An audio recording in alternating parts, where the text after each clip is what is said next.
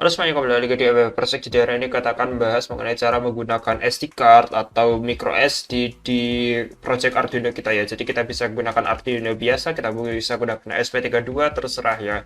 Dan yang menarik di sini adalah kita sebenarnya itu nggak perlu apapun ya. Jadi kita nggak perlu adapter, kita bisa langsung solder langsung ke padnya di SD cardnya itu. Karena di SD card ini sebenarnya itu cara kerjanya sangat simpel dan sudah support misal SPI ya. Tapi di sini kita nggak akan gunakan SPI. Kenapa? Karena SPI itu lelet ya.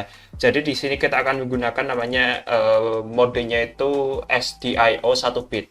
Di sini kita hanya menggunakan 3 pin. Kalau biasanya SPI kan menggunakan 4 pin itu. Nah, di sini kita gunakan pinnya yaitu pin buat command. Oke, pin buat command, kemudian pin buat clock, dan yang terakhir adalah pin buat datanya. Datanya cuma satu di sini, data lainnya soalnya ya kita gunakan 1 bit ya. Dan yang menarik di sini adalah 1 bit ke 4 bit, jadinya 4 bit itu kita pakai ke 4 pin datanya di SD card-nya itu nggak jauh beda kecepatannya. Tapi kalau kita ganti dari SPI ke SDIO yang 1 bit ini itu perbedaannya itu signifikan. Jadinya ada diminishing return gitulah. Nah, di sini kalian lihat bahwa kabelnya itu kayak balik ya, tapi ini gara-gara SD card-nya ngadep ke sini ya. Coba kalau ini kalian balik 180 derajat, misal seperti ini. Nah, itu jadinya kan lebih make sense gitu. Jadinya langsung lurus, lurus, lurus kan. Nah, tapi karena kita nggak pakai, kita balik, jadinya kayak kabelnya kebalik seperti ini ya.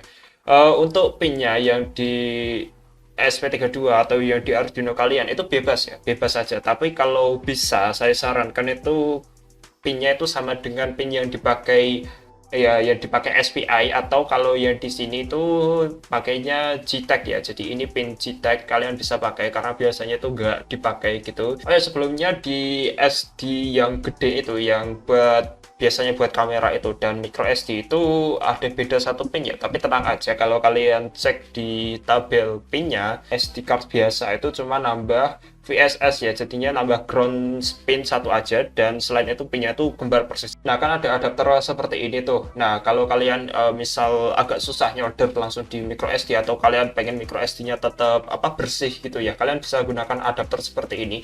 Harganya itu murah banget, jadinya kalian bisa nyoldernya di pad yang lebih besar ya. Kalau ini kan yang SD card itu kan padnya lebih besar tuh, jadi kalian lebih gampang nyoldernya di sini. Oke, untuk kodenya seperti biasa kita udah sediain di GitHub, linknya ada di deskripsi, jadi cek aja deskripsi video ini, nanti ada link ke GitHub, kalian langsung download aja. Caranya download itu tinggal kodenya ini kalian download zip gitu. Oke, seperti biasa kita akan jelasin kodenya secara simple. Kalian bisa otak-atik sesuka kalian.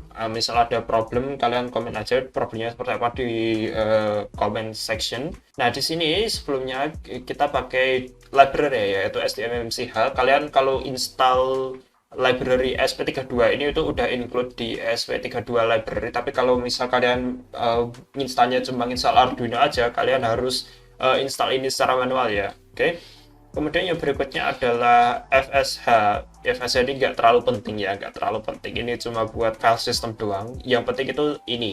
Saya ini yang gerakin SD card-nya secara langsung gitu, yang komunikasi secara langsung dengan SD card-nya. Berikutnya kalian harus koneksikan antara SD card micro SD kalian dengan SP32-nya atau Arduino-nya tentu saja. Dan di sini yang penting itu saya pengen tekankan bahwa kita harus kasih pull up resistor. Pull up resistor itu apa? Pull up resistor itu voltasenya dinaikkan ya dengan resistor. Misalnya di sini adalah 10 kilo ohm. Jadi nanti pin data kalian yaitu pin CMD, pin CLK sama pin data itu kalian sambungin jadi satu, disambungin jadi satu di sini. Kemudian kalian masukin ke VCC ya, VCC 3,3 volt itu dikasih resistor 10 kilo ohm secara, kemudian disambungin ke 3 pinnya itu secara langsung. Oke. Kemudian kalau sudah, kalian definisikan pin mana yang kalian pakai buat clock sama data sama CMD tadi ya, didefinisikan ini, kalian edit aja kalau kalian beda pinnya. Kemudian ini nanti saya jelaskan yang nanti aja ya. Kemudian ini kita mulai serial monitornya, dan di sini yang pin yang kalian deskripsikan tadi kalian masukkan ya, jadinya set pin di sini. Kalau custom pin kalian itu kan secara default itu langsung bikin menggunakan pin default ya. Tapi kalau kalian pinnya custom, kalian harus set pin terlebih dahulu. Oke.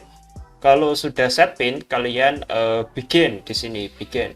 Nah, di sini ada beberapa variabel di sini. Mungkin terlihat banyak, tapi tenang saja, ini sangat simple banget. Yang pertama itu mount name. Mount name itu kalian mau namakan SD card-nya itu apa. Jadi di sini saya sebut SD card aja. Kemudian ini tuh kerja di 1 bit, apa kerja di 4 bit. Kan tadi kalau kita pakai keempat data line-nya itu jadi 4 bit kan. Nah, karena kita cuma kerja di 1 bit, ya cuma pakai satu data line, jadinya kita bikin true. Oke. Kemudian format if fail, misal SD card-nya itu kan seharusnya diformat dalam tipe FAT32 kan. Nah, jadinya kalian harus format flash disk kalian di FAT32.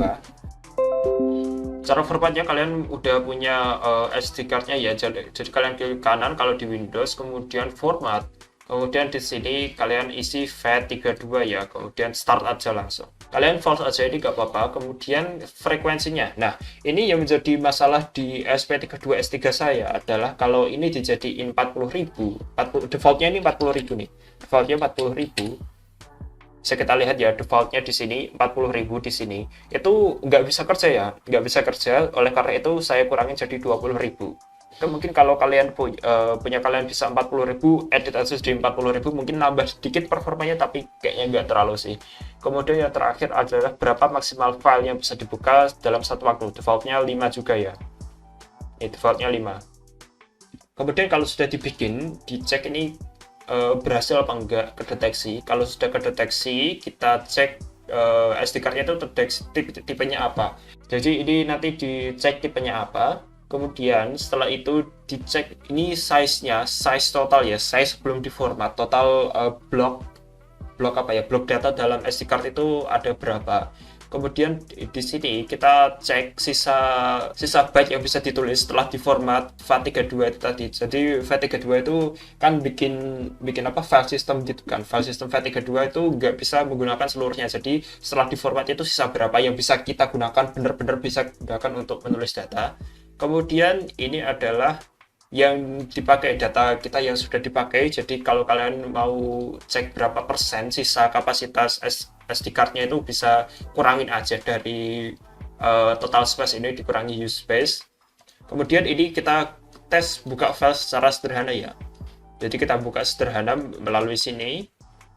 Nah, kalau sudah berhasil ya ditutup aja itu. Oke, kemudian yang terakhir adalah speed test ya, speed test. Di sini speed test itu kita lakukan. Caranya gimana, Pak? Jadi speed test IO itu dia cara kerjanya buka file dulu, buka file. Kemudian setelah itu filenya itu diisi ya, diisi apa? Diisi dengan buffer. Oke, buffer ini adalah seperti array ya, seperti array. Dan buffernya itu isinya sebenarnya data kosong sih, jadinya ini cuma buffer doang, isinya kosong, senilai 512 dan diulang sebanyak 1024 kali ya.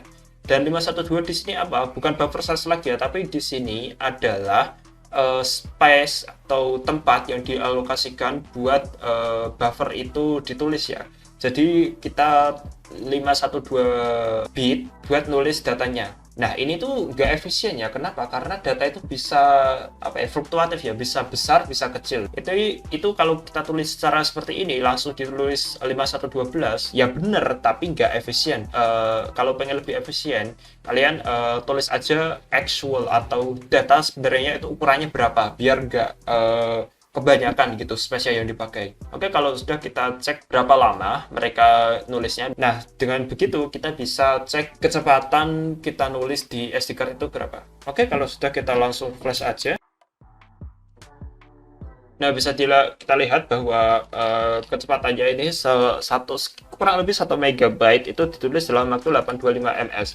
Kalau kita kalkulator 1000 per 825 dikali 1 MB itu sekitar 1,2 MB per second ya, dia nulisnya itu.